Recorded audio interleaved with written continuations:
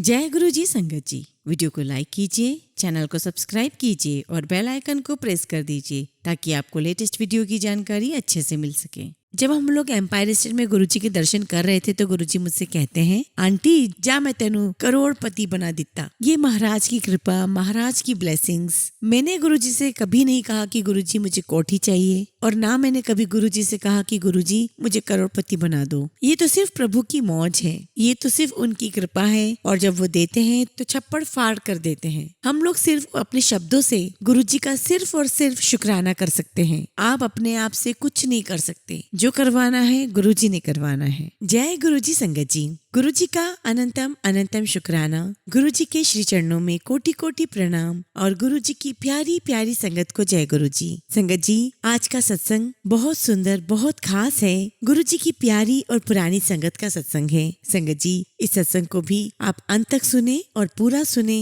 और अपने कई सारे सवालों के जवाब आपको निश्चित ही गुरुजी की कृपा से मिलेंगे। संगत जी, अगर आप भी अपना सत्संग शेयर करना चाहते हैं तो सुंदर लिखावट में हिंदी में ईमेल आईडी और व्हाट्सएप पर शेयर कर सकते हैं और अगर आप चाहें तो ईमेल आईडी और व्हाट्सएप पे टाइप भी कर सकते हैं। तो चलिए संगत जी, सत्संग शुरू करते हैं। आज हम जो सत्संग सुनने जा रहे हैं संगत जी, गुरुजी की प्यारी और पुरानी संगत शबनम मल्होत्रा आंटी का है। जय गुरुजी, गुरुजी को प्रणाम और गुरुजी की प्यारी प्यारी संगत को प्रणाम। गुरुजी का बहुत बहुत शुक्राना सत्संग करवाने के लिए। संगत जी, हम गुरुजी का क्या शुक्राना कर सकते हैं? ये तो महाराज की कृपा है, उनकी असीम कृपा है। गुरुजी इतनी कृपा करते हैं कि हम दो शब्द उनके बारे में कुछ बोल सकें, लेकिन ये हमारी औकात नहीं है। ये गुरुजी महाराज की ही ब्लेसिंग्स हैं। ये गुरुजी ने एक तरीका बनाया ताकि हम उनका थैंक्स कर सकें। बहुत बहुत बहुत गुरुजी का शुक्राना। संगत जी, हम लोगों का गुरुजी के पास आना 2003 में हुआ और ये भी गुरुजी महाराज की असीम कृपा से हुआ।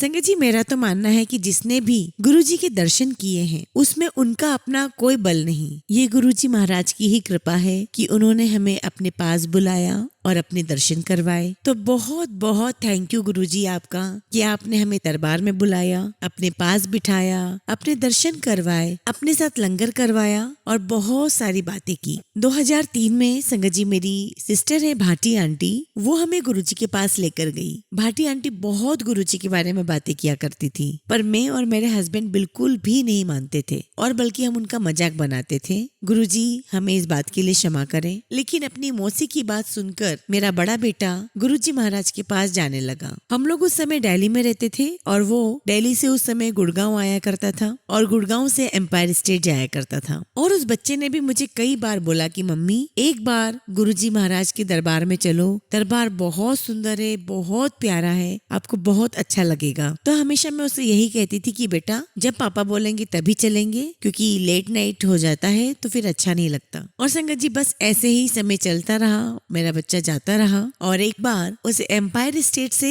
गुरुजी महाराज का फ्रेम किया हुआ स्वरूप मिला। वो स्वरूप घर लेकर आया और मुझे बताया कि मम्मी देखो, आज मंदिर से मुझे ये स्वरूप मिला है। और संगत जी, मुझे तब भी समझ में नहीं आया कि गुरुजी मुझे अपनी तरफ खींच रहे हैं, अपनी तरफ बुला रहे हैं। और मैंने अपने बेटे से बड़े कैजुअल वे में बोला कि बेटा इस स्वरूप को आप अलमारी में रख दो। और मैंने कहा कि मैंने ऐसे स्वरूप मासी के घर पर देखे हैं। अब मेरे बेटे ने भी वो स्वरूप अलमारी में रख दिया। यहाँ बात खत्म हो गई। संगत जी, मेरी एक और सिस्टर है और उसकी फैमिली भी गुरुजी के यहाँ पर जाने लगी थी। तो मैंने अपनी सिस्टर के हस्बैंड से पूछा कि आखिर है क्या वहाँ पर ऐसा कि आप लोग भी वहाँ जाने लगे। तो संगत जी, तब उन्होंने मुझे बड़े मंदिर के बारे में डिस्क्राइब किया एंड में भी शायद वो किसी फंक्शन में गए थे और वहाँ उस समय ओम नमः शिवाय, शिवजी सदा सहाय, ओम नमः शिवाय, गुरुजी सदा सहाय हॉल के बाहर लिखा होता था। और संगत जी, जब उन्होंने मुझे मंत्र जाप के बारे में बताया तो ये मुझे बहुत अच्छा लगा, क्योंकि ओम नमः शिवाय का जाप तो हम बहुत सालों से करते आ रहे थे। और संगत जी, ये गुरुजी की ही कृपा थी कि धीरे धीरे वो मंत्र जाप मेरे अंदर बैठने लगा। एक दिन भाटी आंटी की बेटी का बर्थडे था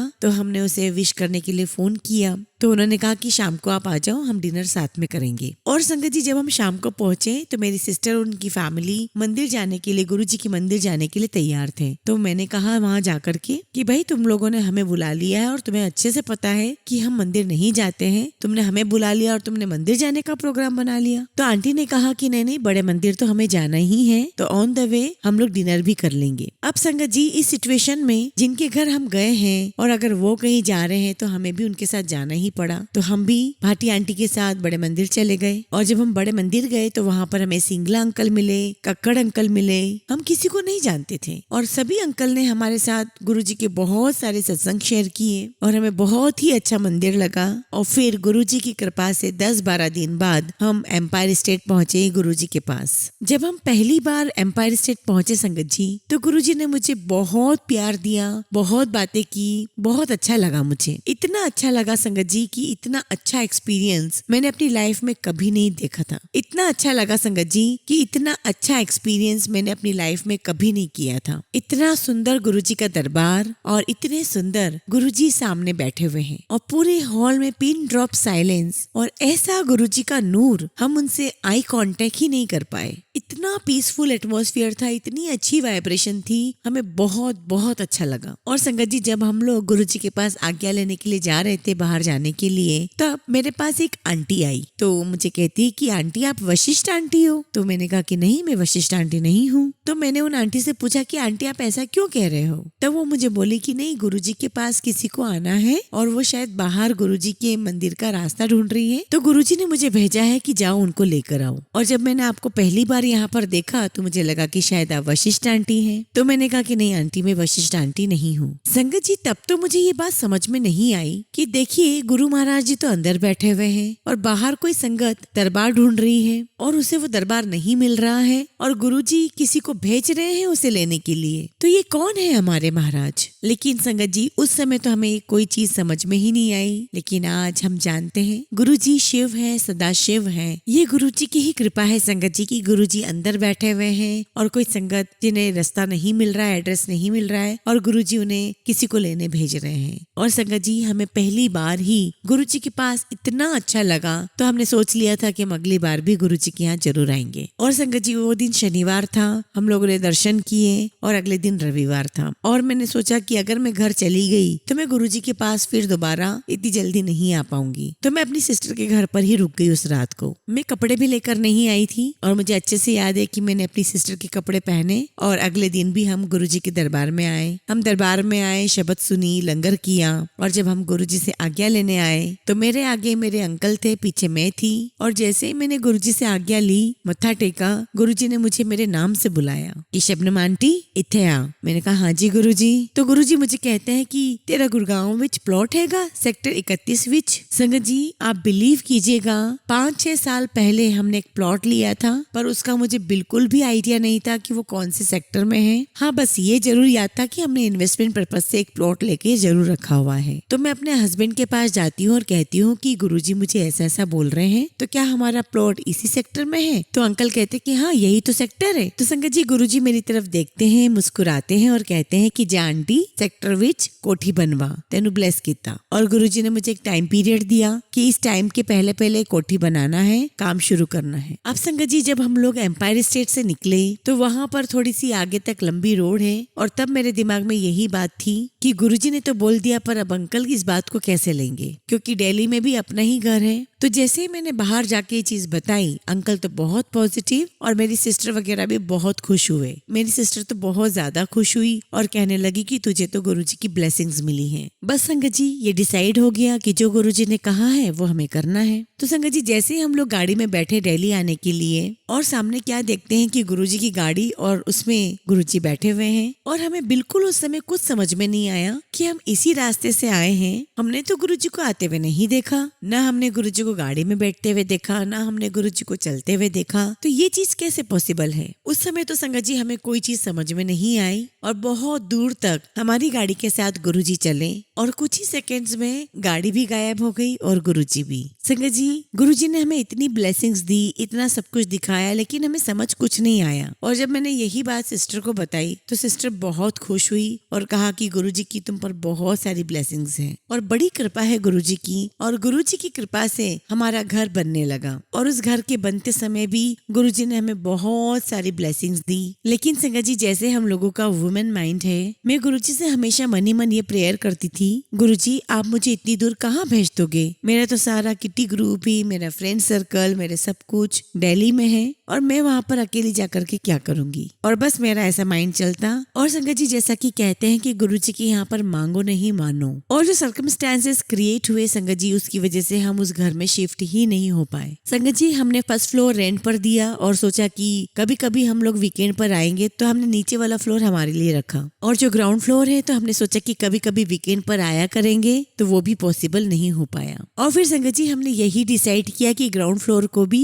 रेंट पर दिया जाए, क्योंकि गुड़गांव में टर्माइट्स बहुत है और लोगों ने कहा कि आपका घर खराब हो जाएगा, तो इसलिए हमने सोचा कि चलो रेंट पर देते हैं। और उस समय संगत जी मेरी सिस्टर का काम प्रॉपर्टी डीलिंग का था, जो उसने थोड़े समय किया था, तो कहने लगे कि ठीक है, जब तुमने ये सब कुछ डिसाइड कर लिया है तो जो टेनेंट है, जो किराएदार है, वो हम बताएंगे। एक दिन ऐसा हुआ संगत जी की हम लोग घर आए हुए थे अपने गुड़गांव में, और जैसे ही हम लोग लॉक वगैरह खोल रहे थे तो पीछे से किराएदार आ गए और हमारी उनसे बातचीत हो गई और हमने उन्हें वो रेंट पर दे दिया, और ऐसे हम लोग घर वापस आ गए। सुबह मेरी सिस्टर का फोन आया और पूछने लगी कि तुमने ग्राउंड फ्लोर भी रेंट पर दे दिया है। तो मैंने कहा कि हाँ, हम लोग वहाँ पर गए हुए थे और ऐसे से कोई किराएदार आया, हमारी बातचीत हुई और हमने उसे दे दिया। तो मैंने अपनी सिस्टर से पूछा कि तुम्हें कैसे पता चला ये सब? तो कहने लगी कि मुझे तो गुरुजी ने बताया। तो गुरुजी ने कहा कि जा, तेरी बहन ने है ना नीचे का घर किराए पे चढ़ा दिया है। और देखिए संगत जी, यहाँ हम लोग घर किराए पर दे रहे हैं और वहाँ गुरुजी एम्पायर स्टेट में बैठे हैं और उन्हें सब कुछ पता है और मेरी सिस्टर को बता रहे हैं। और मेरी सिस्टर ने गुरुजी से कहा कि गुरुजी मुझे उसको किराएदार बताना था। तो गुरुजी ने कहा कि ठीक है, तो सुबह अपनी बहन को फोन करके पूछ ले। तो देखिए संगत जी, जो गुरुजी हैं वो अंतर्यामी हैं, जानी जान है, सब कुछ जानते हैं और उनसे कुछ भी छुपा हुआ नहीं है। और संगत जी जब हमने किराए पे चढ़ाया तो गुरुजी की इतनी कृपा रही उस पर कि छोटे छोटे बच्चे वहाँ पर जो एमएनसीज में जॉब करते थे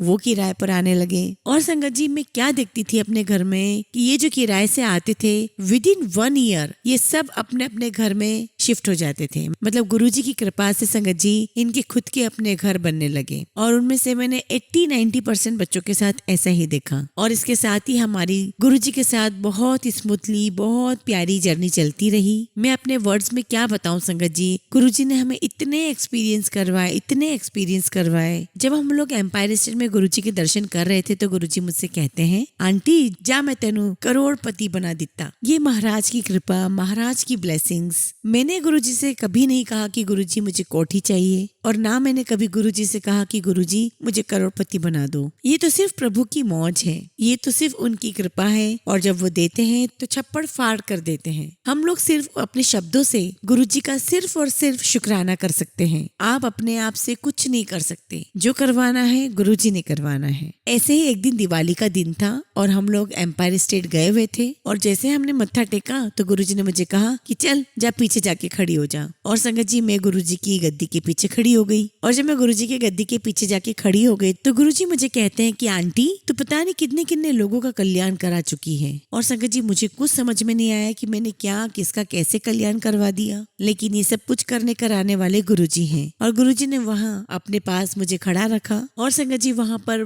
बहुत सारी संगत आ रही थी, गुरुजी के चरणों में माथा टेक रही थी। एक आंटी आई तो गुरुजी उसे कहते हैं, मंगना गुरु को लो और जाना वैष्णो देवी। तो मुझे लगा कि शायद गुरुजी मुझे कह रहे, तो मैंने कहा गुरुजी मैं नहीं जा रही हूँ वैष्णो देवी। तो फिर मुझे बाद में समझ में आया कि जो आंटी माथा टेक रही थी गुरुजी ने उन्हें कहा। देखिए संगत जी, गुरुजी ने कभी भी कहीं पर भी किसी भी देवी देवता को मानने के लिए या जाने के लिए मना नहीं किया, लेकिन जो मुझे समझ में आया वो ये कि गुरुजी यही बोलना चाहते थे कि हमेशा हमारा एक ही तरफ विश्वास होना चाहिए, एक ही नाव के ऊपर हमें चढ़ना चाहिए। और गुरुजी हमेशा कहा करते थे कि वैष्णो देवी वाली माता तो मेरी दी हैगी। तो संगत जी गुरुजी सब कुछ जानते हैं, और मैं तो सुनकर भी हैरान रह गई। और जब मैंने उन आंटी से बात की तो सचमुच वो आंटी वैष्णो देवी ही जा रहे थे। गुरु महाराज तो सब कुछ जानते हैं, उनसे क्या छुपा हुआ है। और इतनी सुंदर जर्नी गुरुजी के साथ चली है, बहुत बहुत प्यारी जर्नी। और संगत जी हमेशा ऐसा ही होता था कि अगर कोई सैटरडे को कोई पार्टी में जाना है तो बच्चे भी, हम भी उस पार्टी को मिस कर देते थे, क्योंकि हमें गुरुजी के पास जाना होता था। क्योंकि सैटरडे हमारा दिन था गुरुजी के पास जाने का, तो कोई भी मिस नहीं करना चाहता था। संगत जी छोटी सी छोटी चीज और बड़ी सी बड़ी बात गुरुजी ने बहुत प्यार से समझाई। संगत जी मेरे छोटे बेटे के 12th के एग्जाम्स चल रहे थे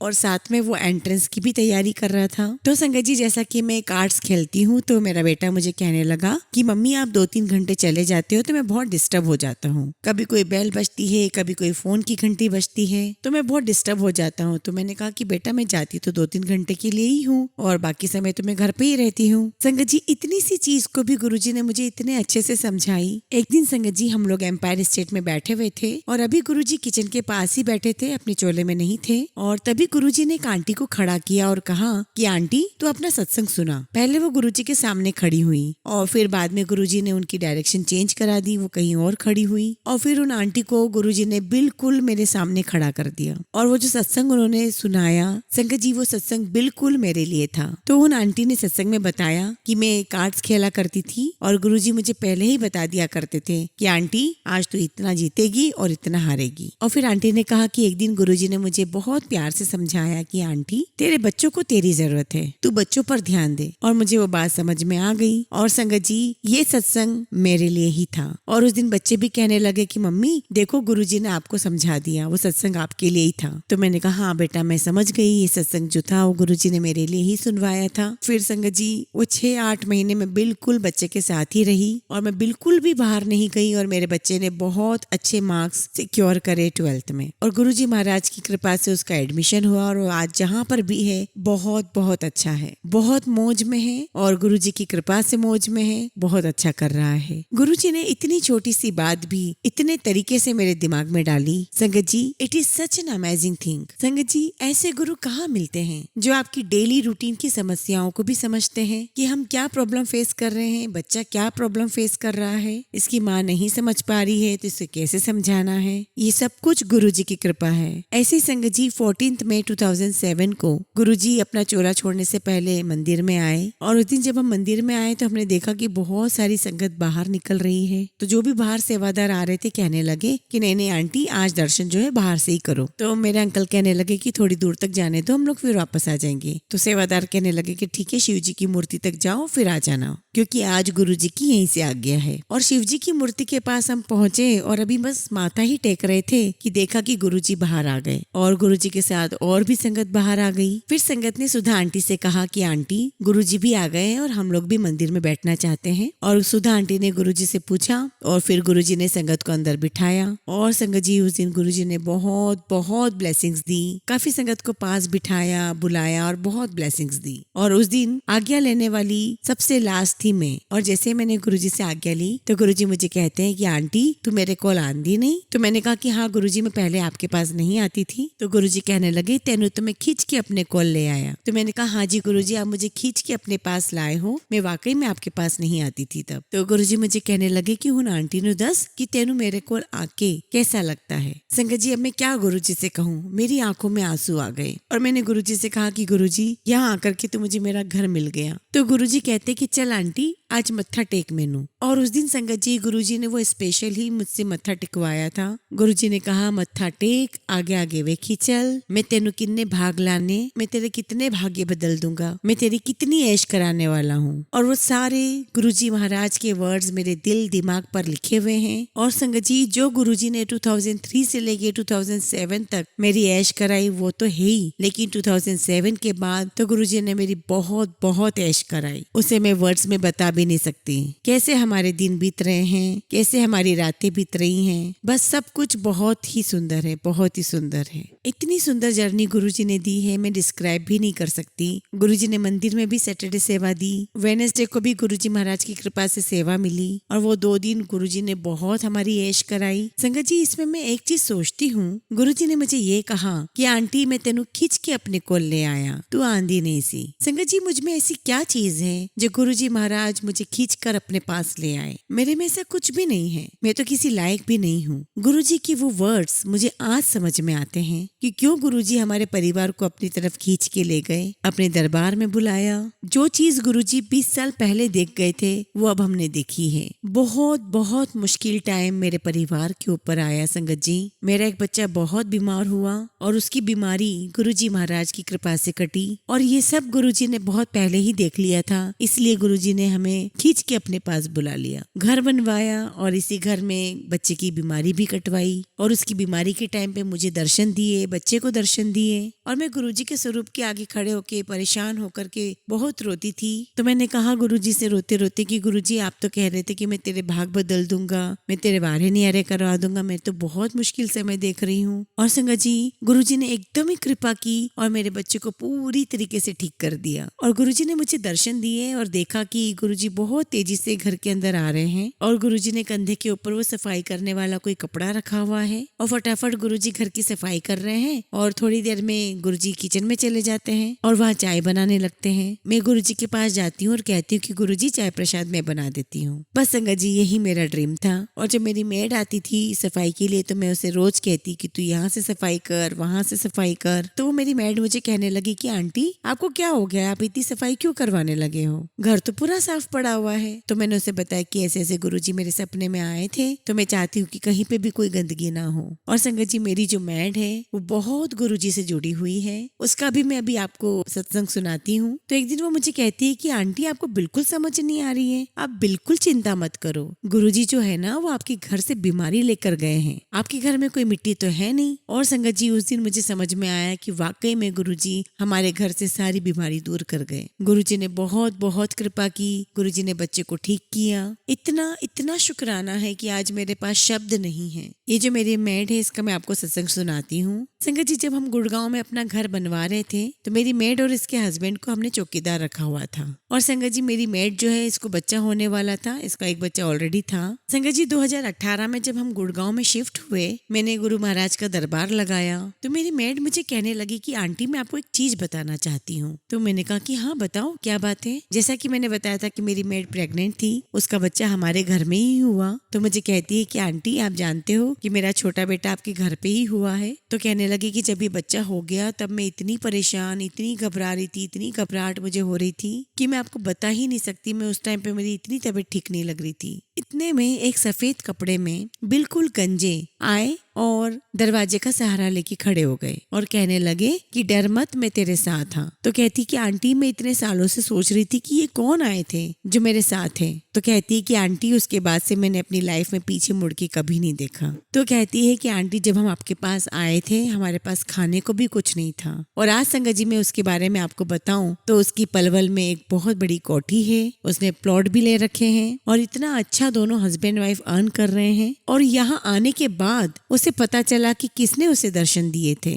और वो बहुत बहुत ज्यादा गुरुजी से जुड़ गई है। और जिस बच्चे के जन्म के समय पे गुरुजी वहाँ थे उस बच्चे को गुरुजी ने बहुत ब्लेसिंग्स दी है और उसने 12th पास की है और उस बच्चे ने 90% के साथ 12th पास की है। तो संगत जी ये सब कौन कर सकता है भगवान के सिवा। तो गुरुजी ने उस लेडी को इतनी ज्यादा ब्लेसिंग्स दी हैं। गुरुजी ने इतनी ब्लेसिंग्स उसे दी है कि वो अपने शब्दों में बयान ही नहीं कर पाती है। वो आज भी गुरुजी को बहुत बहुत थैंक्स देती है और कहती है कि मैं आज भी कोई भी प्रॉब्लम होती है मैं गुरुजी को याद करती हूँ और मेरी वो प्रॉब्लम सॉल्व हो जाती है। और संगत जी वो जो बच्चा पैदा हुआ था उस पर गुरुजी महाराज की इतनी ब्लेसिंग्स हैं, इतनी ब्लेसिंग्स हैं। वो बच्चा बहुत इंटेलिजेंट है। और वो मेड कहती है मेरी, वो कहती है कि आंटी एक ऐसा बच्चा पैदा हुआ है हमारे घर में, ये ना तो हमारी जैसी लैंग्वेज बोलता है और ना ही हमारे घर जैसा खाना खाता है। इसे पिज्जा चाहिए खाने को, इसे बर्गर चाहिए खाने को। और मैं बड़ा हंसती हूँ और मैं कहती हूँ कि गुरुजी की ब्लेसिंग्स हैं, देखना तेरा बच्चा कहाँ से कहाँ जाएगा। और इस बात को वो मानती भी है और कहती है कि स्कूल में इस बच्चे को इतना सब प्रेज करते हैं, इतना सब टीचर तारीफ करते हैं। तो मैंने कहा कि गुरुजी ने उसे ब्लेसिंग्स दी है तो उसके बारे न्यारे होने ही थे। तो संगत जी ऐसी गुरुजी की ब्लेसिंग्स है जो सबके ऊपर कृपा करते हैं, सबके ऊपर। मेरा गुरुजी के श्री चरणों में कोटि कोटि यही प्रणाम करती हूँ कि गुरुजी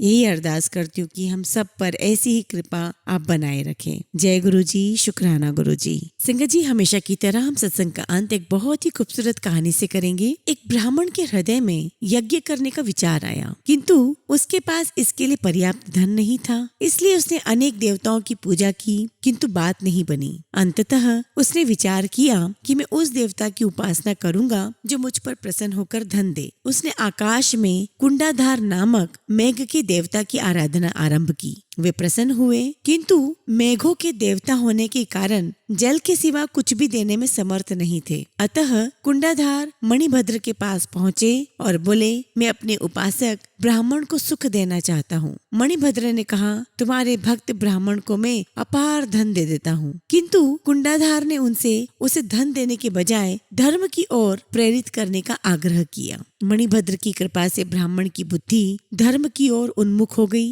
ब्राह्मण वन में जाकर कठोर तपस्या करने लगा और उसने दिव्य सिद्धियां प्राप्त कर ली। एक दिन कुंडाधार ने उसे दर्शन देकर कहा, तुम अभी तक धन की इच्छा से मेरी उपासना करते थे, अब तपस्या के प्रभाव से तुम स्वयं इतने सशक्त हो गए हो कि वरदान देकर किसी को भी धनवान बना सकते हो। क्या तुम्हारी कोई कामना शेष है? ब्राह्मण ने हाथ जोड़कर कहा, मैं आपकी कृपा से प्रसन्न व संतुष्ट हूँ। आपने धन के स्थान पर धर्म की ओर प्रेरित कर मुझे सिखाया है कि धन महत्वपूर्ण तो है, किंतु धर्म का मार्ग उससे भी अधिक महत्वपूर्ण व श्रेष्ठ है। संगत जी, वास्तव में धन और धर्म के चयन में धर्म ही श्रेष्ठ होता है, क्योंकि धर्म स्थायी रूप से साथ रहता है जबकि धन अस्थायी होता है। जय गुरु जी, शुक्राना गुरु जी।